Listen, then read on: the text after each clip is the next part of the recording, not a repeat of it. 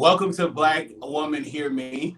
So if you are tuning in for the first time or you missed the first series, Black Man Hear Me aired before there was a lot of outrage in the nation. So prior to filming, the us receiving the film of Ahmaud Arbery or the George Floyd killing, we sat down with Black men and we talked about their thoughts, perspectives, and real truths, and really kind of took a deep dive into that. It was a 5-part series, and it was kind of game changing. It kind of opened not just my eyes, but the team that I work with, and we've decided that this is something that I think we need to continue to do and have conversations that spark conversations. So first and foremost, if this is your first time joining Unmuted Nation, welcome to the nation. My name is Alex Haynes, and I'm the host.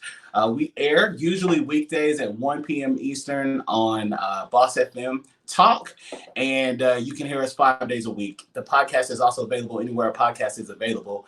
And the goal of Unmuted Nation is really to spark conversations that you take with you and that happen in your church circles, family circles, dinner table. Now we're all virtual. So in your text group, conversations that need to happen and conversations that are important. And so I'm not going to drag that out, but Black Woman Hear Me is meant to really do the same thing that we did for Black Men Hear Me. And it's really to know and understand the perspectives and the full truth and thoughts and insight from Black women, things that we don't know or things that we haven't considered. One of the most crucial things that we all must understand is that we're not, as a people, monolithic. And in so many ways, we're forced to think that we are only one way or that we can only do one thing. Black people, the Black vote, and the Black agenda. And as Black people, we are more than that.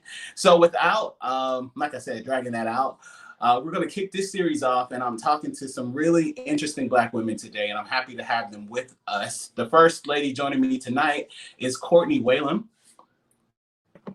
Hopefully I'm saying that right, Courtney. Yes. Hey, Courtney, how are you? I'm good. Hey, thank you. First of all, thank you for agreeing to do this, because I know we don't put a lot out there, but it's really just, if you heard what I said just in the first bit, it's really just to understand background. And while so many times we're focused we're put into compartments, like we're just one way.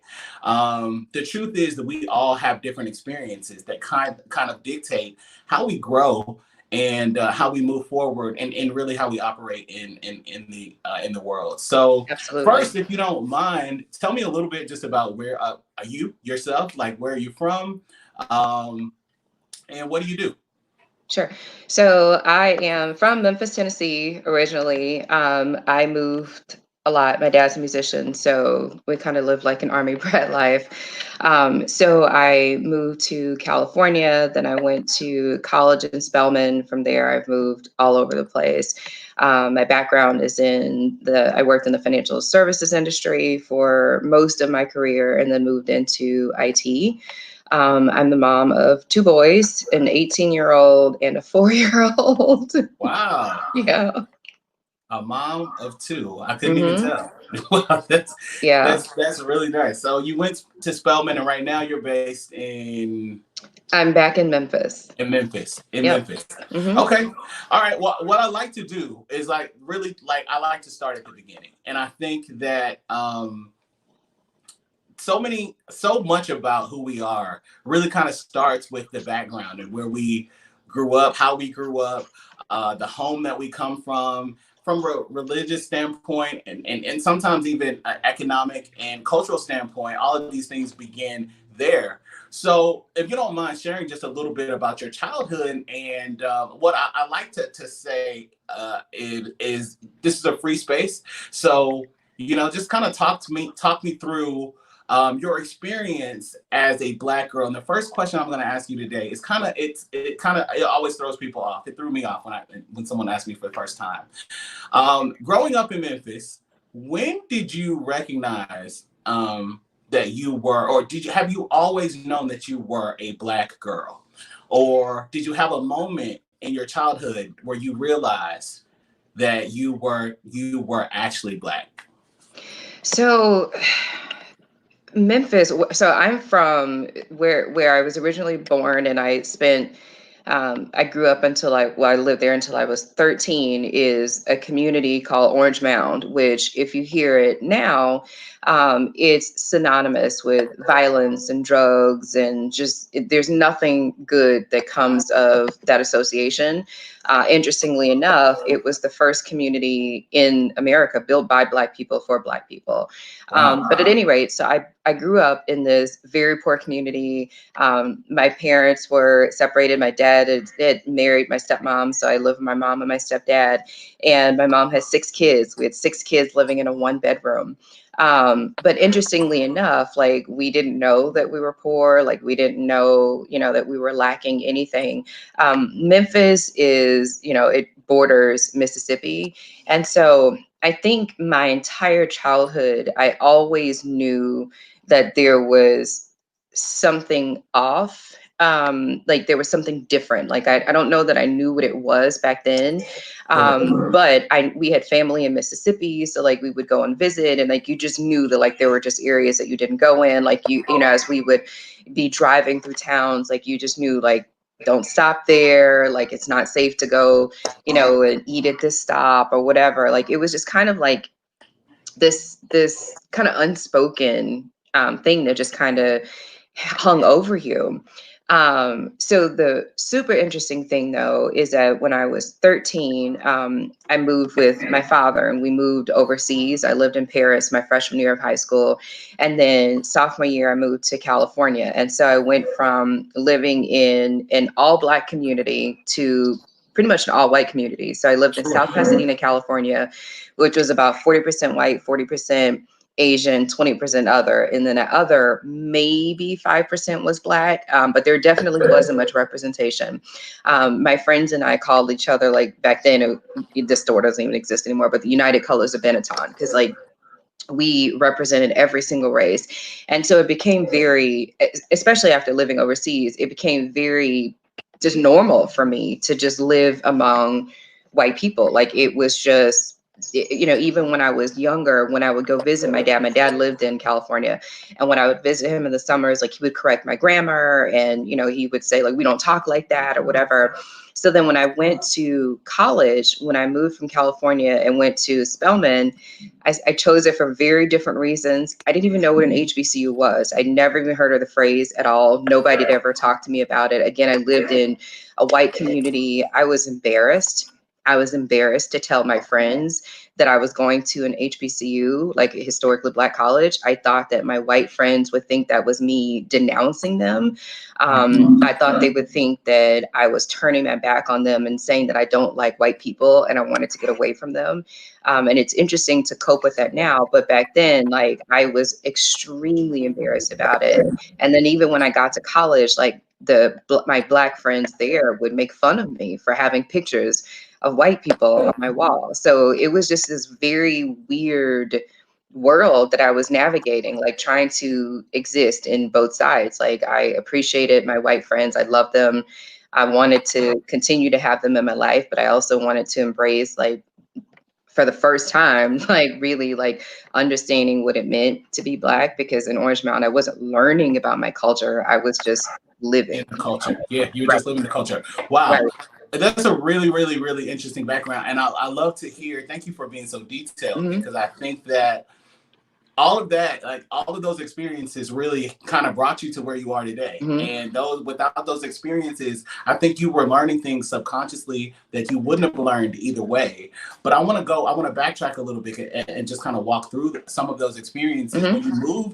When you moved the first time, um, what was the experience like when you found yourself in a different environment, that things were a little bit different than they were where you were born? The one thing I remember, well, I didn't speak French for starters, so that was odd. But the one thing that I remember telling all of my friends back in the United States was, for the first time in my life, I was just an American.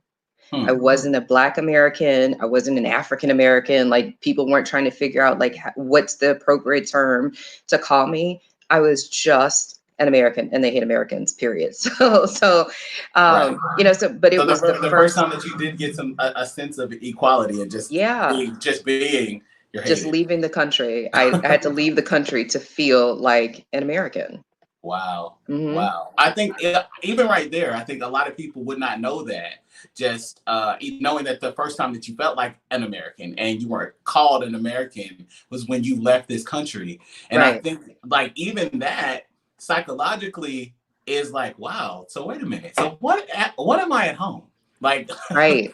so that process. So when you came back to the United States, and then I'm really interested. You decided to go to Spelman. You did not know what an HBCU was, and you didn't know that you were going to an HBCU. Did you feel that you learned a lot more about yourself Oh yeah, and just the culture at Spelman? yeah, my uncles had gone to Morehouse, so it was kind of assumed that I would at least apply to Spelman. So I knew of Spelman, I knew of Morehouse, but I'd never heard the phrase HBCU because, again, by the time I was like actually of an age where you would start to talk about those things, I was living in white America, and so like and in California no less. So like nobody was talking about HBCUs, like it just wasn't a thing in my community. Um, but yeah, it was. I don't even remember what the question was. I just No, got no, so no, no. It was sidetracked. just really well. Once you got to Spelman, and I like to like I never liked the conversation to be one sided, and so I grew up in a predominantly white area, like white Yeah. America growing up, and went to a school where it was weird. I knew that I had to get out of there, but I it was I've experienced also people not even knowing what an HBCU is or knowing that they exist, and then immediately beginning like the verbiage that I would get from people in my area, while black people that go to all black schools, they're racist, and I'm like, that's not racism, but But that's what I you know, thought my friends would think too. That's what I thought my white friends would think. And I was so sensitive to it. I remember just telling them it's an all girls school in the South. That's how I described it. Um, and to this day, like I'm embarrassed to say that I felt that, but I didn't know how to reconcile it. I didn't know how to explain to them that this was something that I needed to do, or just, I mean, everything that I learned from it. I learned so much about myself. I learned so much about my culture, things that I never would have learned otherwise. Like I was exposed to things that, yeah, like I wouldn't have been exposed to had I not gone in that direction. I wouldn't change it for the world. so I'm going to change my line of questioning for just a second. If you had to do things again, would you have chose Spelman? Yeah. Oh yeah, for sure. For And sure. I love to hear that. My best friend went to Spelman, and everybody that I know that has gone to Spelman says the same thing. With that, with a question that I always wonder is when you left Spelman and now you have all this life experience, right? You grew up in Memphis, you lived in France, you came back and you went to Spelman, and then you're thrown into the world as an adult. What happens next? So it was weird. Like it was really weird, like trying to again reconcile, like, so I've spent, this time like being completely immersed in my culture and being around my people. I ended up living in Atlanta for 7 years before I moved to Virginia. And That's it. so then, you go back into the world and it's like you have to figure out how to not be too black, um, be proud, but not too proud. And then I worked in the financial services industry. So like that's white America. Like for years, I was one of, maybe like a handful of black people that were in sales. Like, I mean, there would be like 250 sales reps in my organization. There would be two black people and I excelled. Like I did really well. I can remember like walking into meetings and people, when I would open my mouth, like before I would start to speak, like people would, just be rolling their eyes, like looking off to the sides, like, whatever. And then I would open my mouth and immediately like people would be shocked, like, oh my God, like she's actually incredibly intelligent. I would have meetings where I had been on the on calls with people forever, and they finally did like a WebEx call with me. And so we're in a video, and I would have people say, "Wow, I really thought you were like blonde hair, blue eyed. Like just from talking to you, like I thought that you were." you were white, or like I would get, oh my gosh, you speak so well, or what I would get all of those things. And that's the thing that I think that's the most frustrating is that people don't understand is that you really have to pick a side. Like as a Black person, you have to decide either I'm going to commit to where I'm from, which is Orange Mound, and I, support it proudly, and I stay there, and I, stay with my people. Or if I really want to survive and thrive, I have to go into white America. I have to learn the things that they know. I have to learn how to speak like them. And so you end up giving up so much of yourself just to be able to survive in this world that they built. Like I left Spelman and then I had to abandon that. It's such a deeply rooted um, issue, and code switching is something that we all have been party to. It's something. It's something that we found ourselves doing, not always intentionally, but just something that has happened. And I think that well, when you recognize that you were going to have to code switch to get ahead, and I hate to wrap it in that and word it that way, but so often you do have to code switch to get ahead. Um, do you feel like that? Actually, let me rephrase that, because I think there were so many things that were natural to you. The way that you speak was a way that you have always spoken. The way that you were articulating yourself is the way that you've always had to articulate yourself. And I find myself regularly telling white people that saying to a Black person that you're very articulate or you speak very well is extremely offensive. It's the Absolutely. wrong thing to say, and it's assuming it makes an immediate assumption. So how do you feel like, do you feel like it really impacted your life post college? Do you feel like the having to code switch impacted your interactions in the workplace? Oh, absolutely. Again, I mean, like I have natural hair now. I didn't go natural until I left corporate America. Like I started working from home and then I decided to grow my hair out because nobody would see it. I would have to be conscious of, wearing tight fitting clothing because I have curves and the whole nine and it would come off in a completely different way.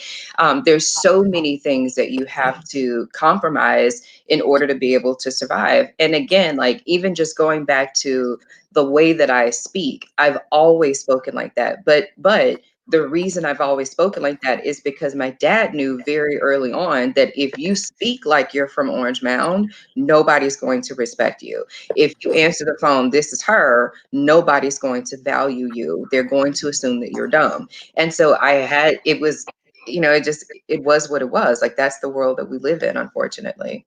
Yeah, I think that as things start to change and you've entered a period of enlightenment, you started working from home, and things changed a little bit. What things are you not willing to compromise at this point? I think I've definitely entered a more like militant stage of my life where so my best friend in the entire world actually donated a kidney to her brother is white. And Oh I've wow, known her that's since really really dope. Thank you. I've known her since high school. And I realized that like I never shared with her my life experiences. Like, and it didn't occur. And I knew that I was conscious of the fact that I was hiding things from her. But for me, I just didn't feel like dealing with it. I didn't feel like explaining why I wore a scarf. I didn't feel like explaining, why I didn't drive in certain neighborhoods or whatever. And so now, like, we just have such open dialogue about all of it. Like, I've explained to her, what it looks like for me to walk into, I always all of my white friends, I've said this to them, and this is kind of like my new thing is, I ask them, like, pay attention to everywhere you go for like 48 hours. Just pay attention to every place that you enter and make a mental note of how many people of color you see in those places. And I said, now think about what it's like for me to go through life every single day. Like, think about what I have had to go through for my entire life. And I no longer compromise. Like, I'm no longer going to just root myself in these establishments that aren't making an effort to invite other people like me into it. I'm challenging those organizations. I'm challenging my friends, like, do better. Like, when you come to visit me, I make it a point to not take you to all Black establishments, to take you to places that are mixed and diverse so that you feel comfortable. I need you to do the same for me. So I'm just not compromising those things anymore. Like, I'm forcing people to see me. That's the main thing. See me. And I think as we talk about disparity and just how it feels, have you felt economic disparity in roles, or like was there a time that you felt like or knew that they're not giving me what I'm worth because I'm a Black woman? Oh, for sure, for sure. Like, I've been passed over in promotions. I've had, specifically, I worked in a role where I was in the financial services industry. I was a wholesaler, and I did like retirement planning. And at one point, we had a component that was for athletes and entertainers. And I can vividly remember I worked so hard. Like, I am the hardest working person you'll ever know. I worked so hard planning this presentation, planning, like, just getting everything together, like planning my portfolio and everything for this interview. And I remember when I got the position, I was up against like 5 white guys. And I remember whispers about, she only got it because she's Black, because they just assumed that they hired me because the client base is Black. So they only hired her because she's Black. She doesn't even know sports. She doesn't even know any of the people and whatever. And the truth is, I worked my butt off for that. And the fact that I don't really follow sports was probably a leg up for me, because I wasn't going to be, on these guys' coattails or anything like that.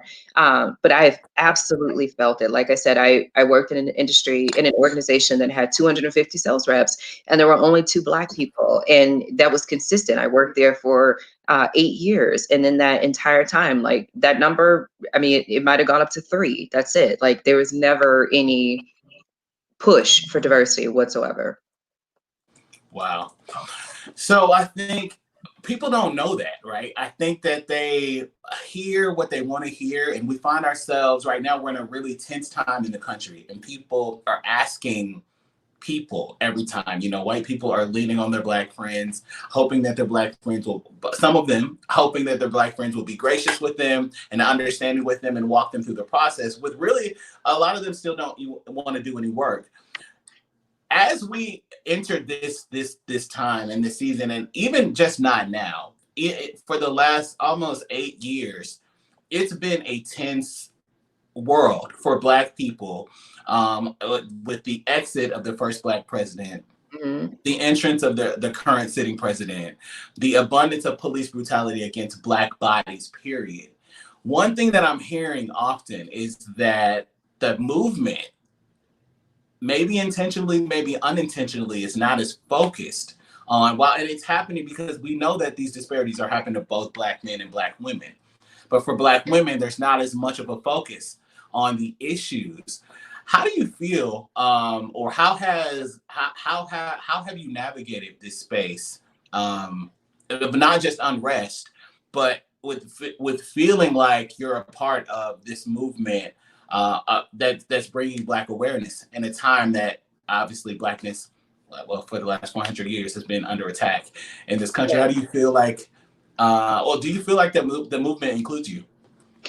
So it's tough. It's really tough.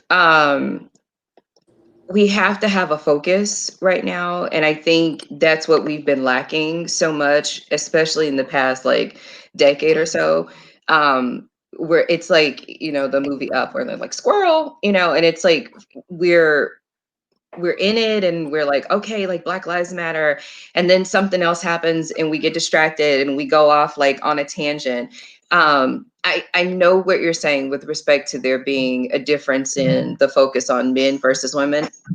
I personally don't take offense to it, because I feel like we have to focus on one thing at a time. Like, we have to feel like right now, George Floyd attracted attention in a way that nobody ever has, rest his soul. And we have to stay focused on that. Like, Lord knows, like, my heart goes out to the Sandra Bland's and Breonna Taylor's and Tatiana Jefferson. Absolutely. And Yeah, I think people instantly assume that it doesn't or that they're forgotten. right, But I love the way that you said that. We have to stay focused. We right. have to be consistent, and we have to be direct and intentional with what the activism and the action that we're requesting. And so for me, it breaks my heart because I'm uberly conscious about certain things, and I'm very conscious about everybody. I try to stay aware. But to hear, and part of the reason that we felt like it was really important to make sure we did this series as well, to hear that so many times that Black women were feeling excluded or forgotten. And I'm interested in your perspective on how you think that we can change, while still focusing on this one thing, change that. Again, I don't know that there's like a simple answer for that, right? I think that, continuing to, write about her, to continuing, not when I say her, I'm referring to Breonna Taylor, Yeah. but all of the hers.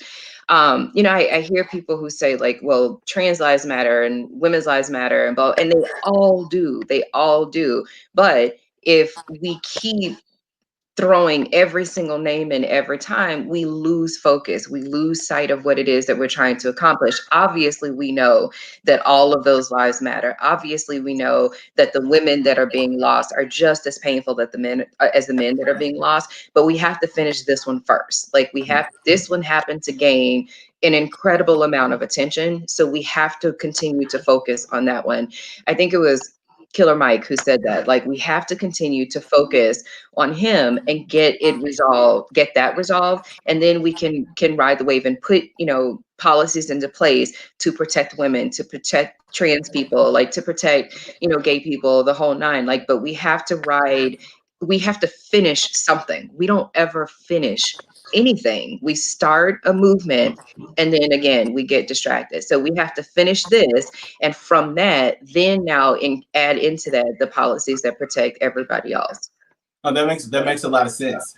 That makes a lot of sense, and I think that it's easy for us to become divided or for people to insert division amongst us when That we are doesn't not, exist. Yeah, and they yeah, do. And so it's really difficult to kind of navigate that space sometimes because people we want to put the emphasis on everything, yeah. every single name from Breonna Taylor and Sandra Bland to George Floyd and Trayvon Martin. Every single name is just as important. Hmm. And we don't want to lose focus or lose sight. But it's just like with anything, you start to crowd it and it doesn't make any sense. And Exactly. so we have to really, really kind of be intentional there. I saw that I was reading when I was reading about you, I saw that you had two kids as well. Hmm. So how do you, as a parent, as a Black mother and as a Black woman, how do you navigate this space for them, or how do you help them navigate this space? They're at really interesting ages as well. So what's the type of conversations that you have, and what conversations would you encourage others to have with, like, I'm just an uncle, so I don't have any kids, but I'm Yeah. intentional to talking to younger people, just to kind of to help ensure that they remain aware, but also to ensure that the focus, that they develop a focus and an understanding of who they are, where they are, what they're really experiencing, and how this goes on. So how do you have those conversations with your children? Yeah. So my youngest is 4. So we haven't really navigated that much. I mean, COVID happened around the time that, he's kind of finally starting to get to an age where we would start to have those conversations. I think it's Mhm. important to start to have those conversations now. Now we're dealing with like quarantine and COVID, and it's enough to try to explain to him why he can't see his friends. So that's a conversation for another day for him. Um, my 18-year-old, though, is very different. And I think we probably have been having those conversations since he was about 7 or 8. It's interesting, too. Like my grandmother I found like in my memories the other day, my grandmother has sent an email to all of her children and grandchildren 4 years ago. And she was talking about, you know, if you get pulled over, which it probably won't be for anything legitimate, like just make sure that you put your hands on your dash, you're not combative, and you just allow them to do whatever they need to do or whatever. And I just remember thinking, like, how tragic is it that my grandmother has to send that? You know, that was in 2016. But my 18-year-old has been pulled over by the police, unmerited, unwarranted. He was pulled over once driving home from work. It was like 11 o'clock at night. He'd worked an entire shift. Police officer pulls him over. He's terrified because, you know, he hasn't done anything. He knows he hasn't done anything. Before the police officer even tells him why he pulled him over, he asks, "Are you on probation or parole?" And my 18-year-old is like, "What?" Like, this kid like studies like stocks and bonds like for fun. You know what I mean? Not that it should matter. So he's extremely nervous. He reaches for the glove box and his hands are shaking because he's so scared. And the police officer's like, "Why are you shaking?" And he tells him to put his hands on the steering wheel. He calls for backup. 3 cars come. He ultimately gets, you know, no ticket, no citation whatsoever because he hadn't committed any sort of crimes whatsoever. So he knows that this is real. He knows, you know, and that isn't the first or the last example of that happening to him. So we just have constant conversations of like, you know, my son is somebody who like, he just wants justice and like, he wants to like explain his point. And so I have to explain to him, you can't explain yourself to a police officer. And that's disgusting. It's so disgusting that I have to tell my son that you have to just be quiet. You have to just be compliant. It's disgusting that like that's the world that we live in still in 2020, that I have to tell my son, like, no matter what your rights are, and you do know them, he does know what his rights are. No matter what your rights are, just be quiet and allow it to happen or whatever. It's incredibly sad. It's incredibly sad. Wow. I hate to hear that story, and I'm happy that he's safe, and I'm sorry it happened. It happens every single day, and it's the story of people that carry this skin, and it's so hard to have those conversations with people that have never lived it. They won't live it. They can't understand it, and they refuse to understand it. And it's really time. Really, we just it's important for us to teach history to our kids so that they understand how it's happening, why it's happening. And I understand his passion. I'm the same way. You're gonna I'm gonna get my point across, Right. but it's just not a safe thing to do. Yeah. I think that it jars me when I hear that. It just frustrates me. So I'm happy that you're able to have those conversations, and I'm sorry that you have to have those conversations soon with a 4-year-old, because I think it's insane to think about it and talk about it, because he's going to we have data now that shows, right, the behavior of a black 6-year-old and a white 6-year-old can be the same behavior, and only one will be classified as a problem child. And with a behavior problem. And these are the type of things that we have to combat systemically. And when we say the system, people immediately just think police, but it's so much deeper than that. And it's so wide ranging, and it puts us in really, really difficult situations at times. So I really admonish you for that. I really enjoyed this conversation. And I have one more question for you. And it's really the culmination of what the series is all about.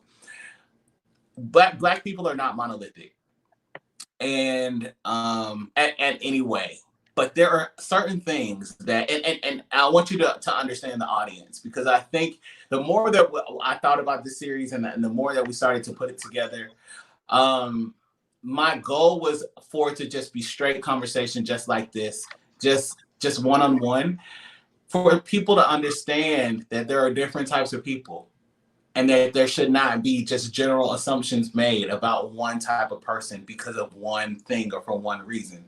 So if there was one thing that you had for people to understand about the Black experience from your perspective? Because I'm going to say this just because I'll probably say it a lot during this series this time, is that I tell people, and I hate to hear, like you alluded to it a little bit, just the way that you talk. Little Black kids start hearing when they talk a certain way, oh, you're not really Black, or you're not one of those. And you heard it on conference calls. People are like, oh, I thought you were. I mean, I've gotten that my entire life. And one thing that I tell children, I'll tell adults, like people that have told you that are wrong, because if you're Black, then it's something that Black people do. And that's just that. Like, I do it, I'm Black, so we do it. And that's how it is. What is one thing that you want people to know about Black women, whether it's assumptions that they should make or things that they should consider, aside from the fact that you are just a human? What's one thing that you think it's important for people to know? I think the biggest thing, and I did kind of allude to it earlier, is understanding the sacrifices that Black people have to make in order to survive in this world that we live in. Like, I had to make the decision that I was going to leave Orange Mound, leave that community. And for years, I didn't even acknowledge it existed. I didn't tell people that was where I was from. Like, my accent is still very California. That's what they heard. That's what I told them. I was like, yeah, I'm from California. Just to acknowledge like how much we sacrifice just doing daily things, just trying to live our lives, just trying to provide, an amazing home and an amazing school for our children. I have to move my child into a neighborhood where he doesn't see any representation of himself, just so that he can have a pleasant experience. And then that's not always pleasant. Like, he's been bullied. He's had the N-word tossed at him, living in that environment. So I want them to understand, like, again, the sacrifice that Black people have to make in order to get ahead in this country. And it's painful. Well said. Well said. Courtney Whalum, thank you so much for joining us. Thank you and thank you for being the first guest for Black woman here in me. No problem. Thank you. And it'll be all over the place. Thank you so much for being here, and we'll chat with you soon. Thank you. Thank you. Okay, so you see what's going on here, right? Courtney's here. She's telling her truth. And that's what this series is all about. So if you know people that need to hear the stories of Black women, or people that need to hear from Black women, or if you're a Black woman and you want to hear from other Black women, invite them to watch this.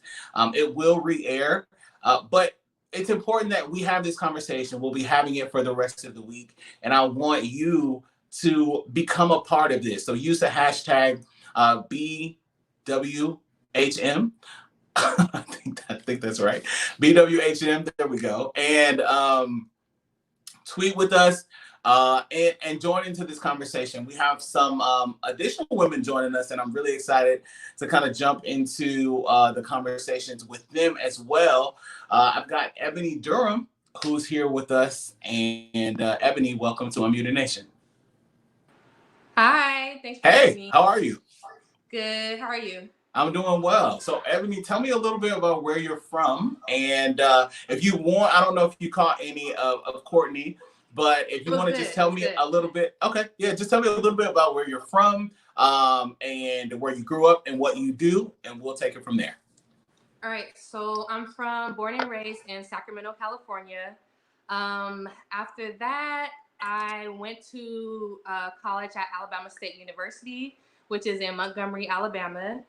After that, came back home. Well, not necessarily home, but Southern California. I went to Cal State Dominguez Hills in Carson, and I'm currently living in Long Beach. My background is in education, social sciences area, and I'm also a music journalist. I do freelancing, music and culture writing. Amazing. Somebody I should know. Yes, I see on your Instagram, the Instagram bio says hip hop radio. I was like, oh, okay. Cool. Yeah. So Unmuted Nation is a part of a larger network, BossFM. We're on the talk channel or station, but there's tons of stuff going on. So we'll get your information. But thank you so much for being here, and thank you for jumping into this series. And it's really about truth, right? I think we did it first with Black men, and I wanted to do it there simply because there's not a space that I have seen, and I've been doing this for like 16 years now, which is crazy, but kind of blows my mind. But I've never seen a space where Black men could come and share their perspective and their thought and their truth and their honesty and their feelings, and without judgment, without a filter, without somebody stopping them. And I felt like it would be unjust not to allow Black women that same space. And so, and it has nothing to do with what's going on, but we don't do this. We don't talk enough. We don't talk to each other enough. And we also don't hear. And so, you're in Long Beach now? I am in Long Beach. Nice. Okay. So aside from the weather being great, California frightens me just because there could be an earthquake at any time, and that's just Yes, I it's love not as California. scary as people think, but yeah. Yeah, I love California, but I don't know. I going to sleep knowing that there could possibly be an earthquake. That's it's not gonna work for me. All right. So walk me through your childhood, like when you grew up, and I'll ask you the same question because it's always a different answer for people. When did you know that you were in fact a Black woman or a Black girl? um, I knew that at a very young age. Surprisingly, I think people would be surprised since I was born and raised in California. But I knew that at a very young age because my parents were very pro-Black, I guess you could say. So they taught us young about like, the color of our skin and everything. So I grew up in South Sacramento, which is, I guess, it's middle class, but there's some parts that's like very much the hood. So I grew up there, and I have two brothers. I have an older brother, which we're a year apart, and we're very close. I have a younger brother, same dad, different mom. We used to be close, but not so much anymore. But growing up, we were all close because we were younger, and like our parents always made us hang out. Um, in high school, we moved more to like a suburban area. So I went to high school with all different kinds of people, a lot of Mexicans, a lot of Pacific Islanders, a lot of Asians, a lot of Indians, Samoans, and white people. So I think there I actually got a better sense of, well, okay. So I think I got a better sense of who I am because I just seen so many different people. So it kind of forced me to take a moment to realize who I am as a person or as a Black person. Because growing up in middle school, it was all Black people. So we was just cool with each other. We didn't think about race because you see me as Black, I see you as Black. It's nothing. Um, so yeah, after high school, went to Alabama State, right? So that was the best experience of my life. That'll do it, right? Yes. You go from California to Alabama State, and Yeah. I'm from I grew up in I guess I'm from the South, so I got a lot of Southern in me, and yeah, we're a different breed, so that's Very amazing. Yeah, very different. But we're very embracing, Yeah. So you go to Alabama State, and you have probably the Blackest experience of your life. Yeah. So when I first got there, I actually hated it because it was just such a culture shock. The weather was different. It was like sticky. People talk different. The music was different. Everything was different. But as you get involved on campus, and just start meeting people, it's not as bad as it is. You're like But, this is not the end of the world, but it's not. definitely Alabama is not California by any means. Okay. Yeah. So did you stay in Alabama after you left Alabama State? I was going to. I got accepted to Auburn for grad school, but I just felt like that would have been another culture shock. Yeah, right. Because it's a PWI, a Southern PWI, right? So yeah, I decided to go back home only because I needed a change of scenery. I just needed to regroup, kind of. And that transition there, going from Alabama back to California, it was so hard. It was so hard because I didn't have my career set up going back to California. So I didn't really know what I was doing. I kind of built a life in Alabama, 5 years there. The family friends that I'm still close with now. So absolutely. I missed them. It was just so different. It was depressing in a way. So after that, I, applied for grad school in California, and from then on, yeah, kind of started my Okay. career. Nice. So when through all of that experience, did you coming to an HBCU experience or an all black any type of experience is always some sort of not just culture. What's wrong with me? Culture shock, but shell shock.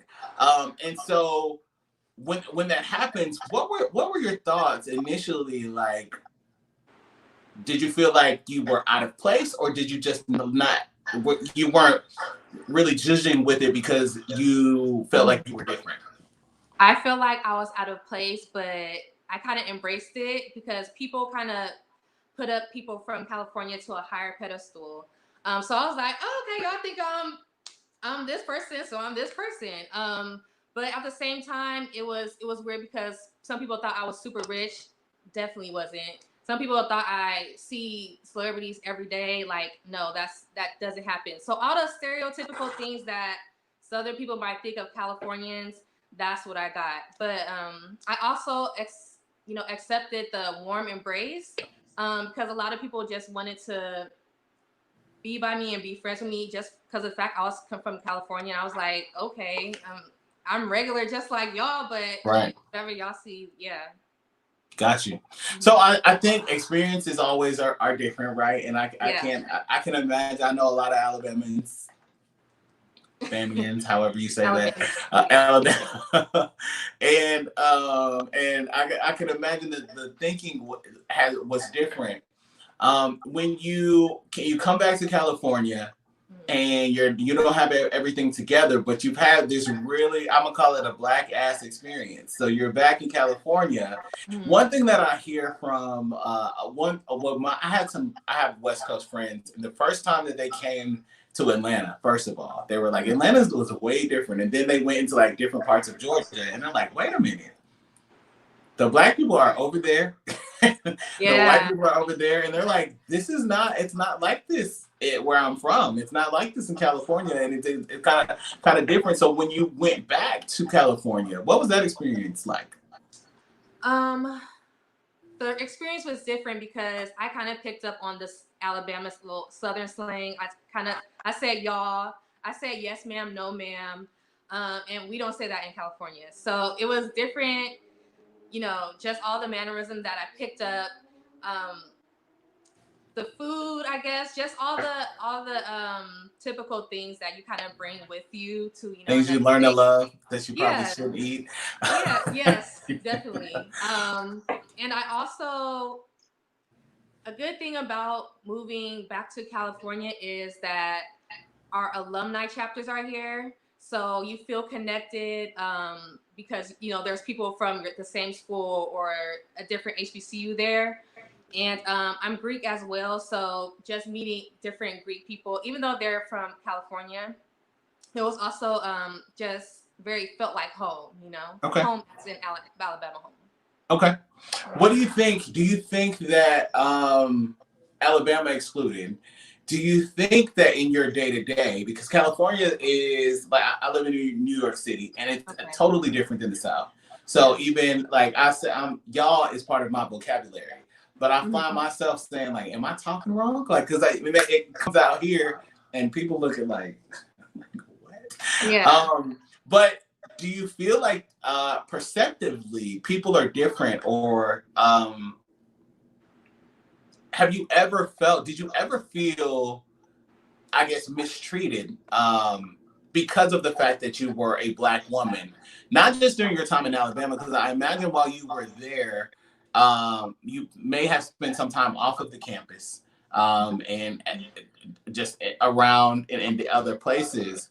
Did you ever feel like they were looking at you like, why, like, what are you doing here? Or why are you here?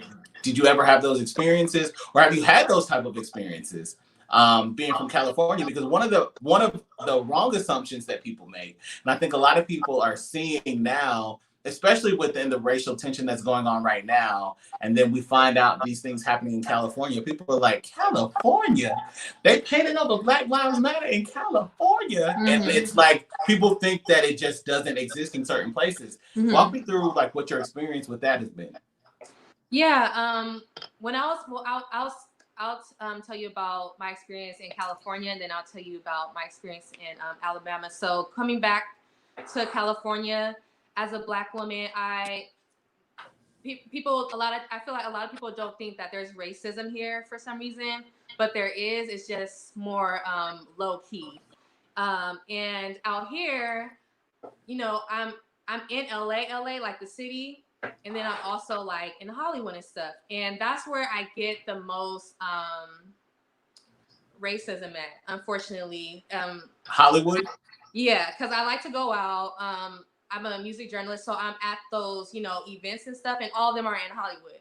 So that's where I will experience the most subtle racism. Sometimes I've seen girls, like, not Black girls that look just like me, not get into clubs because they don't look like, they're not light skinned, they don't have long hair, they just not the type that they want in the club. So I've seen that. I've seen that with my own eyes. It hasn't personally happened to me, but I've seen that. I've seen girls get kicked out for no reason. I think it's because they're Black.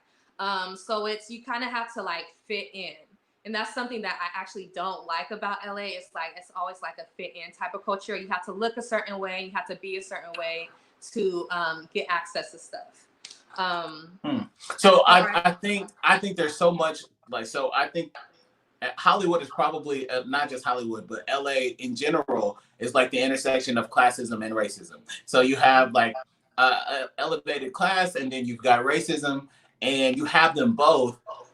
It hasn't happened to you. When you see it happening, what are your thoughts? Like, because I think I'm happy that you said that, because a lot of people will watch this or listen to this and be like, Hollywood, like, they're not acting like that out there, because what you find is, and this kind of goes into another conversation. In the midst of the pandemic, we've had all these crazy things, and there was a woman, Amy Cooper, that called the police on a Black man in Central Park here in New York, Christian Cooper. He just wanted her to put her dog on a leash, and she threatened his life with a phone call from the police. But the first thing that she said was, I'm a Democrat, I voted for Hillary Clinton, I'm a liberal. And that same type of thinking is what people attribute to people from California. But then you experience this. So what kind of goes through your head when these things start to happen? Yeah, I definitely don't like it. I don't think it's good at all. I remember one time me seeing that, I just went up to the young ladies and kind of consult them about it. Like, are you okay? Do you need anything? And all of that. I did not stay in that club long, and I haven't went back there only because of what happened. So when I see stuff like that, I always make sure that person is okay. And either I will never go back there again, or I would leave myself. Got you.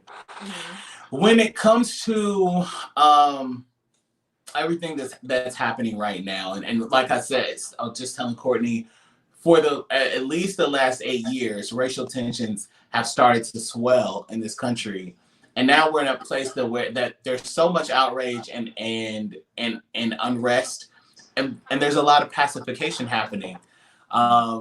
How have you experienced, if you've experienced any of that? Well, first, how do you process, and because this is an important question, how do you process seeing a situation like Sandra Bland, who, it was just the anniversary of her death 5 years ago yesterday, or Breonna Taylor? You hear these stories. As a Black woman, how do you process that? I've grown to fully process those type of situations, not just with Sandra Bland, but even starting with Trayvon Martin. That was the first experience that I know it's been happening prior to Trayvon Martin. Absolutely. I was in college, we had a rally and the whole thing. So that kind of really started everything for me. And then Mike Brown is when I kind of like broke. Like, it broke me because it keeps happening and I didn't understand. And then after that, other innocent Black men got killed. So now how I cope with, I think that's what you asked, how I cope with Yep. those things. Now how I cope with it is honestly just being around other Black women. And it took me a while to just be around other Black women and talk to them openly and freely about how I feel. Because at first I was that person that's like, oh, hey, like, I didn't really, I was kind of like unfriendly to other Black women. I don't know, maybe it was something internally probably, but I've grown from that. And I actually enjoy just being in circles of Black women, especially if they're older. I love getting advice and wisdom from older Black women and just feeding off of each other, just talking freely about it, because that's where I feel the most heard Do is you when I'm think around them. that's really interesting? Do you think it's interesting the way that you worded that was everything? You feel the most heard. Do you feel unheard in other spaces? Yes, I do. I do feel unheard in other spaces. With Black men, it's like a yes and no. There's certain Black men that I just can't. Say it. Just say it. I just can't get through to them. They're just very stubborn in their ways. There's other Black men that are just, I can talk to them about anything. Work related, definitely not, because I work with, whites and Latinos. Not saying that they don't sympathize, but it's just, why would I want to? I just don't want to, talk to you guys about that. So, yeah. Even and it's crazy. It's totally normal to feel that way.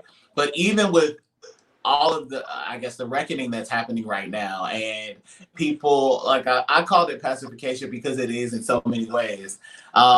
In those spaces, it's still not comfortable, and I think that's the point that people need to hear. And so I think you saying that is just huge, because people don't recognize that they are intentional, not intentionally is the wrong word, deliberately perpetuating cycles that keep people in this skin extremely uncomfortable. So I think the space to articulate that is really important. Yeah. If you had to walk another Black woman through that's 18 entering adulthood with what's happening now and what she may see over the next 5 years, what words would you have for her? That's funny you said that, because I was thinking about the mentees that I have, and they're younger than 18, but I still enjoy talking to them about this stuff, because even though they're younger than me, way younger than me, I feel I can still be open and talk to them. So they're a safe space as well. But for an 18-year-old Black woman, what would I tell her, you say, about the era we're living Yeah, in? well, just how would you and let's take 18 out of the picture and let's talk about your mentees. And how do you tell them, or how do you encourage them or prepare them to continue the walk, and just to continue despite what they may feel, the fact that they will feel unheard or unseen or unappreciated? What advice or encouragement would you have for them? I'm so glad you asked that, because I've been in that situation before with my younger kids. But I would just, like I've told them before, I would give them a lot of positive encouragement, because that's what they need. You're beautiful, powerful, smart. Even though those sound so simple, a lot of the mentees that I know that I'm mentoring, they do not get that at all. They don't feel that they're beautiful. They don't feel like they're powerful. They don't feel like they're smart. So I keep pressing that issue with them. I also tell them that you're going to have to fight 10 times harder. Why? Because you're Black, you're a woman, you know. So and I said, that's just what it is. That's what you're going to have to live with. But you're just going to have to take it the best as you can, and just be strong in everything that you do. So I give them a lot of encouraging words and just real life scenarios. And I tell them all the time, like, I'm not perfect. I make mistakes. So if you see me or you hear me doing something, you just got to know that I'm not perfect. You're not perfect either. You're going to make mistakes, but that doesn't mean that you're not worth it because you messed up or you got in trouble in class. It doesn't mean anything. So just keep striving to be better than what you are now, and strive to be better than your mother or your cousin, your aunties. So those are the type of things that I tell them. Okay. Um, it's been a pleasure speaking to you as well. And really, I want to get your information and us keep in touch. Yes. This series is literally all about the truth of Black women. How can people connect with you and find out a little bit more about your writing? Yeah, so I have my own blog called Voice of Millennials Now. My website is vmnowblog.com. That's vmnowblog.com. It's through WordPress. You can also follow me. Ooh, it's right there. You can follow me on Twitter at Made in the West _ and on Instagram at _ Made in the West. I post a lot of my content on both of those social media sites as well. Very, very dope. Listen, Ebony, thank you so much for coming through. I really appreciate it. Thank you. Thank you. You are a Black woman that needs to be heard. Thank you. Thank you. All right. So you guys see what this is about, and you know that we will be back tomorrow with more Black women. And if you know a Black woman that needs to be heard, maybe she can get into this. Okay. Send your information to unmutednation@bossfm.com or follow us on Twitter. Don't send it. There's information on the Instagram. Go look at Unmuted Nation and you'll see it there and you'll see how to get in touch with us. Of course, this series will re-air and it'll be available on demand in the Boss FM radio app, which you need to go and download right now. Okay.